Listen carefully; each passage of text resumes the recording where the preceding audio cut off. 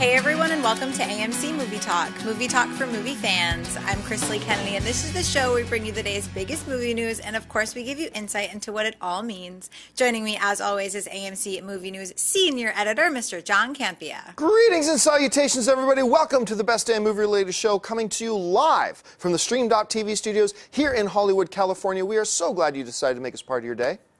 We also have joining us at the table AMC's production manager, Mr. Dennis Sen. Hope you guys all had a good weekend. I hope everyone at home had a good weekend as well. Yep. And the director of the upcoming film, The Death of Superman Lives, What Happened? Mr. John Schnepp. Along came a spider. Hey, what's up, everybody? Okay, guys, Paramount Pictures has announced that former popular Doctor Who star Matt Smith has joined the upcoming Terminator Genesis. Paramount says Smith will be playing a major character with close ties to John Connor. Smith joins Arnold Schwarzenegger, Jason Clarke, Emilia Clarke, Jai Courtney, and J.K. Simmons. Terminator Genesis opens in AMC theaters on July 1st, 2015. John, what are your thoughts on Matt Smith joining Terminator Genesis? Well, it certainly gives the film some geek cred. I mean, it certainly does give us some geek cred getting a guy like that. I mean, he's just recently fresh off of being Doctor Who. I know he's very popular in that role. So it's a smart move from a marketing point of view, especially appealing.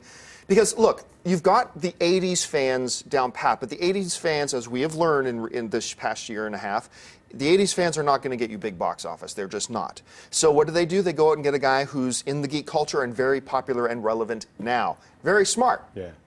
I don't like Doctor Who. I wanted to like it so bad because so many of my friends and relatives are really into Doctor Who, and I tried it again because I used to watch the old Doctor Who stuff when I was a little kid, and I was fascinated by it at the time. I tried to get into some of the new stuff, and it's just not for me. I'm not going to say it's bad. It's just not for me, and it didn't work for me. So I'm really unfamiliar with Smith's work, but being as he's that popular, a lot of geek cred, adding that to this Terminator Genesis that could use an injection of that, seems like a smart move, Dennis. Yeah, Doctor Who is also one of those things. It's not that I don't like it, I haven't seen it. It's like that big hole in the geek culture that everyone talks about that I haven't seen yet. It's in my Netflix queue, but then I have a million things in my Netflix queue. It's a good addition, yeah, from a marketing standpoint, like you said. I'm actually more interested in the rumor that this movie possibly is going to be kind of like a Back to the Future 2 type of thing, where they're going to use some scenes from the original Terminator and then have these new characters appear in those same sequences and shoot around it and maybe do like an alternate timeline type of thing. So I'm more interested in that than if that ends up being true. Yes, it's a rumor. Yeah, it's a rumor, but it's a good rumor for me. Schnepp? Yeah, I'm going to agree with you. I want that to be the good rumor. I want that rumor to be true, because if that's the case, then it sounds awesome. That's like doing a new Terminator with a refreshing, brand new spin on time travel. Matt Smith, I love Doctor Who. I used to watch Tom Baker when I was a kid. The new Doctor Who, you guys should give it a chance. Chris Eccleston, you have to like watch 6 of them. That's how you get into any show, you guys know. But you have to get, even if you don't like the first 2, give it 6. And then if you truly don't like it, then that's cool. But I mean, I don't know if you guys did that or not, but definitely try it again with Christopher Eccleston. Then he works, he's only in 1 season. Then David Tennant, then Matt Smith. But there's a lot of episodes that are really fun. Is every episode good? No. But are there like amazing, incredible, well-written science fiction, fun adventures? Yeah, so I give it a shot if you haven't seen Doctor Who. I hope he's bald in this. Like, you've seen all those pictures of Matt Smith with a shaved head? I have not. Okay. That would be a cool look for him for this. Like, I don't know what character he's going to play, but... About his character, at first I thought maybe in the TV show they had a character called Derek Reese, which was Carl Reese's brother. Right. He's kind of like this uncle, older brother, mentor to John Connor. I thought that, but then I was like, well, Jai Courtney is playing John Connor's father, and I'm like, well, Matt Smith looks nothing like him, so maybe not. Well, what does that stop Hollywood? That's it doesn't true. really matter. All right, what's next? Yesterday was, of course, Star Wars Day, and to help celebrate the event, J.J. Abrams and writer Lawrence Kasdan sent out a special video greeting to Star Wars fans around the world. In the short video, Abrams indicated that there are indeed more casting announcements coming. Schnepp, do you think these could be significant casting announcements? I do. I think, they just announced all the characters that we knew were coming back, the original 3. Then they announced a bunch of people that had been rumored for many, many months that we'd all heard about. And they just made it official.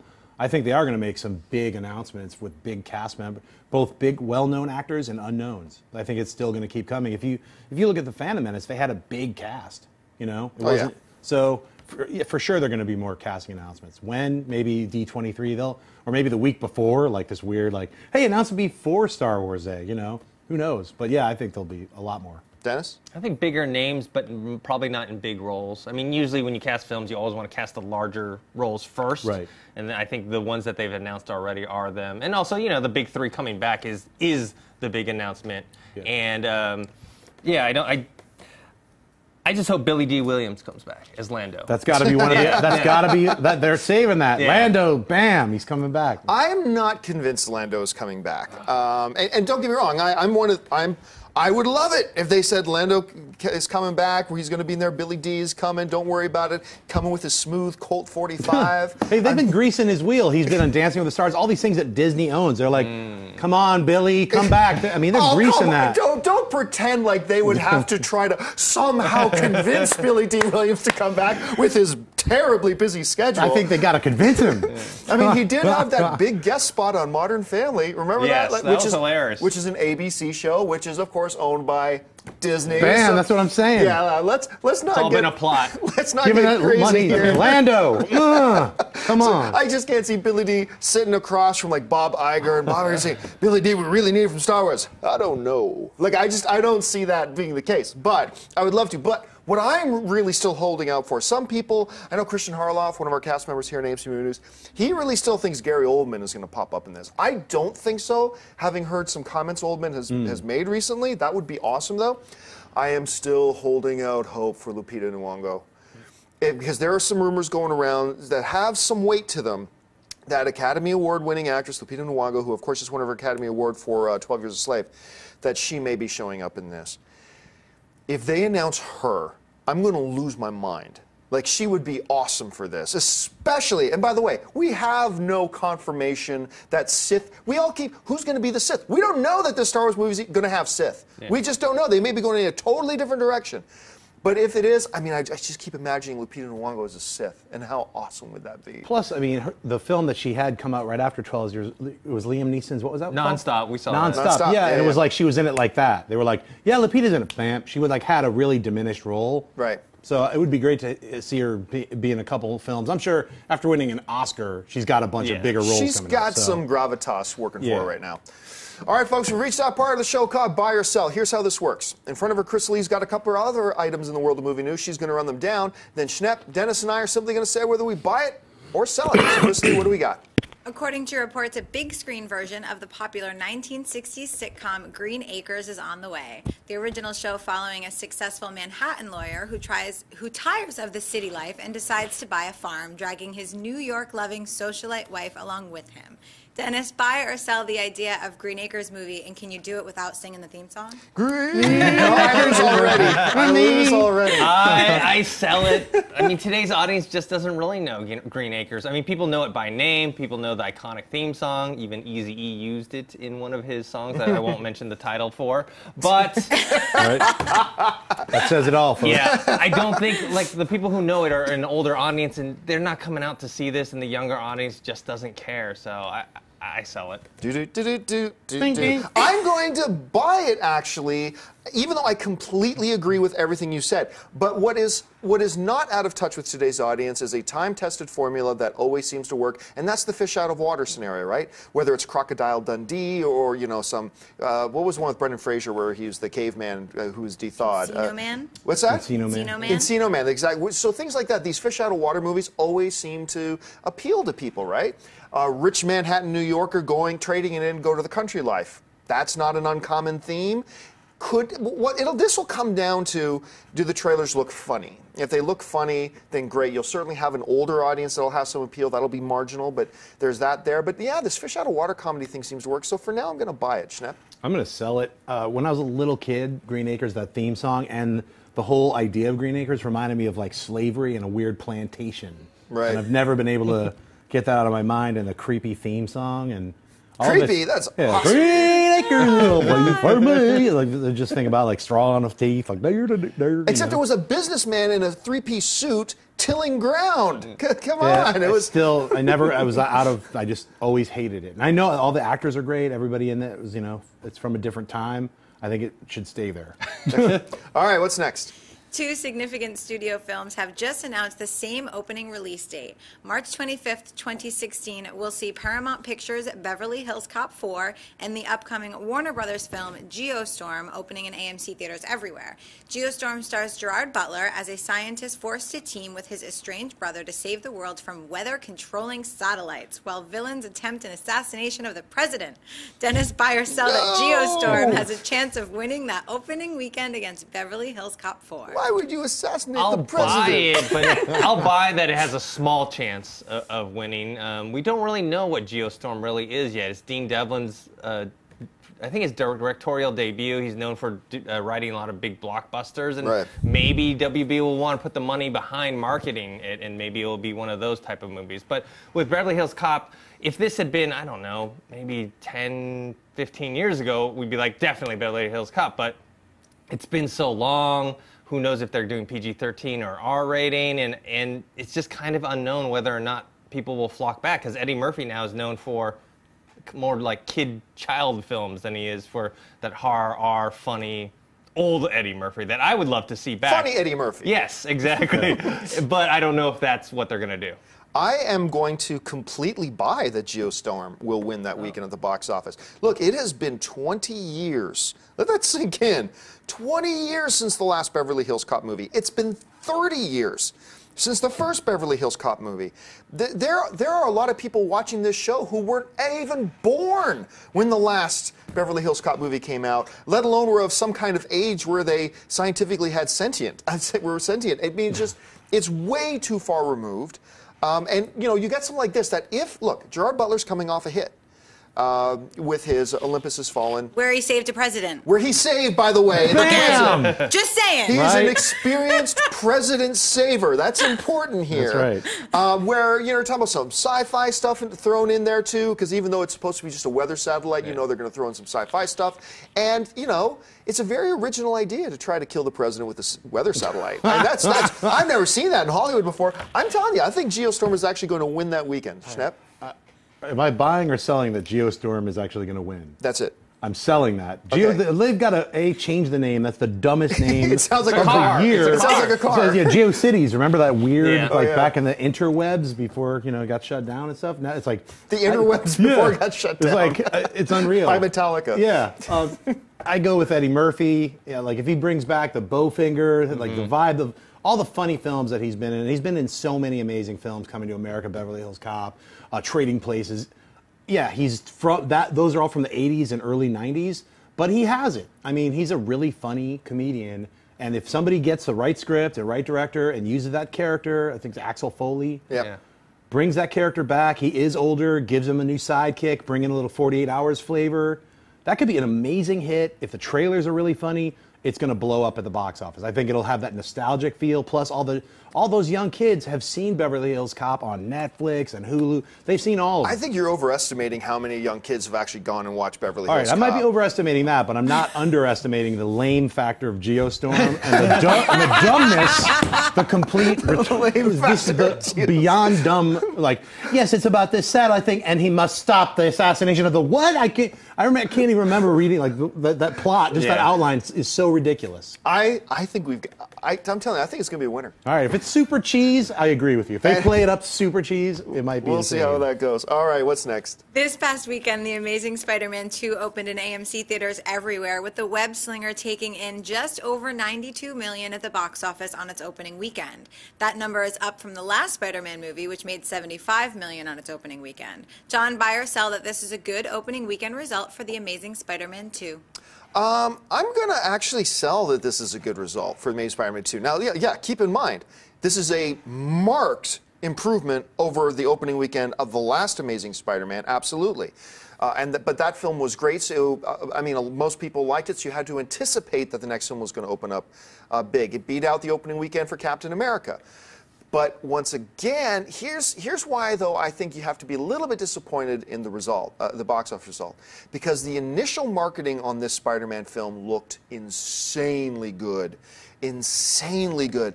But I think what kept it from crossing that $100 million, even $110 million opening weekend box office mark was two things. One, we talked about this, fatigue. They released so much marketing for this film, I think people forgot it was even coming out. I mean, it was just, they forgot it wasn't already in theaters. I mean, we've just seen so much of it that is just way too heavy. Plus, Schnepp, you didn't like the film. Dennis and I generally liked it. We gave it a positive score. But it's suffice it to say that people didn't love this movie. And so I think there was a very key mistake here made. I think it backfired on them by releasing the movie in a lot of different markets before it opened here. I think Sony genuinely believes this was an awesome movie, and they had a lot of confidence in it. And they thought releasing it overseas first was going to get the positive word of mouth going. Everybody in North America would hear about how everybody's loving it. Then it would open here, and boom. However, it backfired. There have been lukewarm reviews coming back, mixed, lukewarm, and that's being generous, coming back. So I think some people's enthusiasm was kind of waned by what they heard about it. They also combined that with the fact of the over marketing fatigue. I think that hurt it. Still, if I'm a filmmaker and I release a movie that I made $95, $92 million opening weekend, even if it's The Amazing Spider-Man 2, I'm popping some champagne. I just think it could have been a little bit, I think the results could have been better. Dennis? I'm going to sell it as well because it's a decent opening. Not a great opening. I think they wanted to go over 100, maybe 110. Let's be clear, though. For most movies, it's a ridiculously fantastic opening. It is. For The Amazing Spider-Man 2, though, it's an okay opening. Especially given the factors that, one, the marketing push for this movie is much bigger than the first one. When they did the reboot for The Amazing Spider-Man, they were unsure. They're like, okay, we're kind of rebooting the origin, so let's see how this goes, and it made 75. This one, they went full force with it. They were like, okay, we got this villain, this villain, this villain, we got all these visual effects, everyone's going to love it, and so they pushed it really big, and it ended up not doing as well as they wanted to. And yeah, and I think part of it has to do with unfavorable reviews or mixed feelings. Schnepp. A lot of people might have read my Instagram review. I did not like The Amazing Spider-Man 2.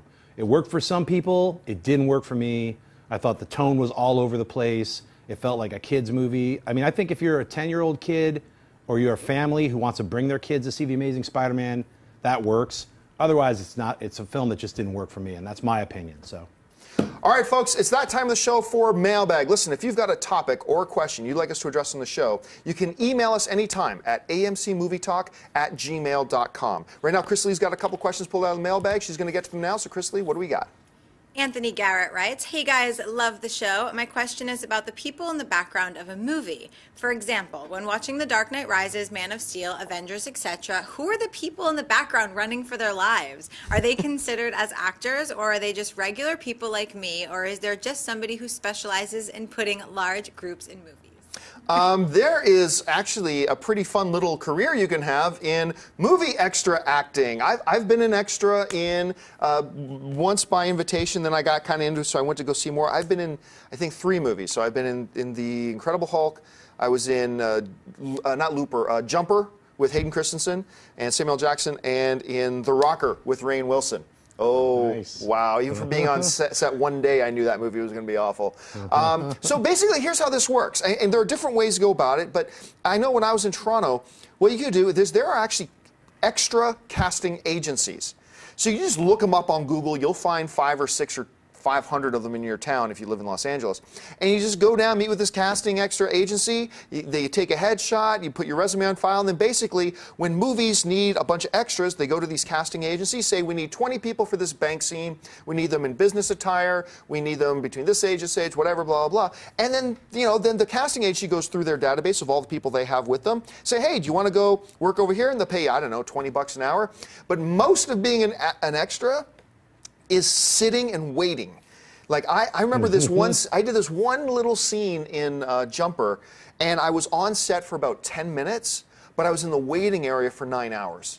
And you get paid for that time, which is great, but if you want to be an extra, you can be. Just look up an extra casting agency and that. Schnepp, I know you've done extra stuff for other types of things. Yeah, it's weird, because the movies that I was extra in, I was in college, and I snuck in. So I snuck in, and even the extras are like, what are you doing here? I was like, shh. So I was in Ferris Bueller's Day Off in the giant dancing scene at the very end, Shake It Up Baby, and then The Light of Day with Michael J. Fox. I'm in that scene, like drinking a beer in the background.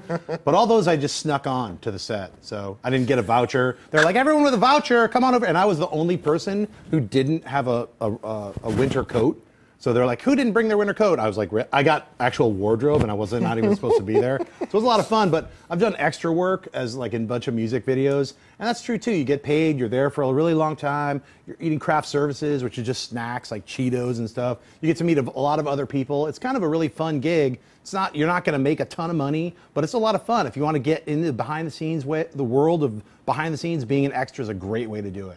Des? I think if you want to be like a professional extra, it's fine. But I know there are some people who want to be actors that actually try and do extra work on the side, and then they kind of get tired of it. I think it's something where if you just do it for a little bit, it's kind of fun and glamorous. But if you do it all the time, it just becomes tedious. Because, like you said, you stand around and wait around for a while because really you're not acting. You're basically a moving, living prop. They're like, okay, I will not have you diminish my performance in Jumper, sir. Okay, sorry, go on. Yeah, they're just my role in The Light of Day, which I was not even supposed to be there, Dennis. Do not.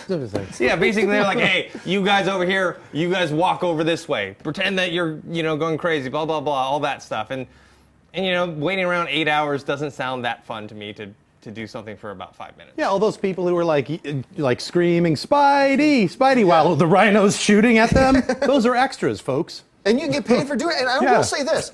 Look, even if you're just a real movie fan, I would highly recommend signing up to one of these casting agencies just to do it once or twice, because as a film fan, to just be on the set of one of these major productions and just seeing it in action. Yeah, a lot of it's just sitting on your butt, waiting around, wait for hours and hours and hours, but then you're on a set and you see everything going on and all stuff. It's actually kind of fascinating as a film fan. So I would encourage you to try it out. All right, what's next? Makes you respect the art of filmmaking a lot more, too, once you see how many takes and camera angles. It's a really fun thing to do. All right, Sol De Silva writes, hey, guys, love the show. I watch it every day. You guys are awesome. I was watching The Other Guys last week, and I was wondering why we haven't seen a sequel for it yet. And do you think there is still any hope for one? Keep up the great work and bring on the filthy. Well, there wasn't a sequel for it because it wasn't that great. I mean, it was okay. It was a pretty decent film. I mean, I would have given it a positive review, but I wasn't like clamoring for another one. And it didn't do all that great at the box office. I mean, I think it had like a $100 million budget, and I know it didn't crack 200 million worldwide. Then taking into account the marketing and all the back end deals and stuff like that. So it's not like it did great financially. Plus, the best part of that movie was eliminated 10 minutes into the movie. The best part of Other Guys was the partnership of The Rock and Samuel L. Jackson. Yeah. I would look, you make a prequel to The Other Guys with The Rock and Samuel L. Jackson as those characters, I'm there. Sure. But really, they were the best part of the movie, so I don't really see a need for another one. Schnepp? Yeah, I agree with you. I think something like Anchorman, where everybody wanted a sequel really bad, it still took, like 10 years? Yeah. So this film, I don't think people are screaming for The Other Guys sequel. So and they're still working on. They work together constantly. Adam McKay, they're filming a new film right now, but it's not going to be The Other Guys. So. Dennis? I enjoyed the film as well. I thought some of the parts were funny, but no one's dying to see one. That's the thing. There's no demand for it. People aren't going like Anchorman 2. Like you said, people were, besides just the actors wanting to do it, there was like a cult fan base for it, and people were like, hey, I want to see another Anchorman. That was hilarious. But Other Guys is more of a film that people are like, oh, yeah, I saw that, I enjoyed it, or I saw it, I didn't like it, but no one's like, oh, we have to have it. And the story didn't really leave it open for a sequel. And didn't the entire end credit scene. Here's what I thought was very odd about the film, and it certainly has its moments. It certainly has some really good moments. But all the end credits is all about these infographics. It's almost like the end credits was like a mini documentary about, I can't even remember what it was. It was like corporate greed in America or something like that. And it's wealth disparity, I think. Wealth disparity, America, and all that kind of stuff. And it's like, okay, but that doesn't fit at all. McKay's getting political. Yeah, he loves to get political. It didn't fit in. If that fit in with the movie, I mean, yeah, there was a couple of themes there, but it felt completely out of place with this film. You know what I mean? So I'm watching the movie, and I had enough laughs that I still walked out having enjoyed it. And then these credits things happen, and it was just completely out of place. So, yeah, I think there are a lot of reasons why we're not going to see another one. All right, folks, that'll do it for us. Thank you so much for joining us today for AMC Movie Talk. Listen, don't forget, lots of great films playing in AMC theaters right now. Head on over to www.amctheaters.com for your theater, showtime, and movie ticket information. Don't forget, if you like this video, click that thumbs up button, and don't forget to subscribe to our channel as well. And also, if you want an audio-only version of this show, look in the description of this video, and you'll find links to our iTunes and our Stitcher Radio, so you can listen to our podcast on the way to work. I want to thank, first of all, the guys sitting at this table with me, starting to my immediate right, Mr. Dennis Zen. Dennis, where can people find you online? You guys can find me on Twitter at ThinkHero and on YouTube ThinkHero Pro. And right beside him, writer, director, and a guy my wife ran into at Free Comic Book Day, Mr. John Schnepp. Schnepp, where can people find you online? You can find me at Twitter and Instagram, just at John Schnepp. And yeah, it was really fun. I hope everybody got a lot of free comics on Free Comic Book Day. They had a really good assortment of free comics from every different company. And my wife came home with like 8 of them. Yeah, it was really fun. And of course, our lovely host today, Miss Chrisley Kennedy. Chrisley, where can people find you online? You guys can find me on Twitter or Instagram at Chrisley.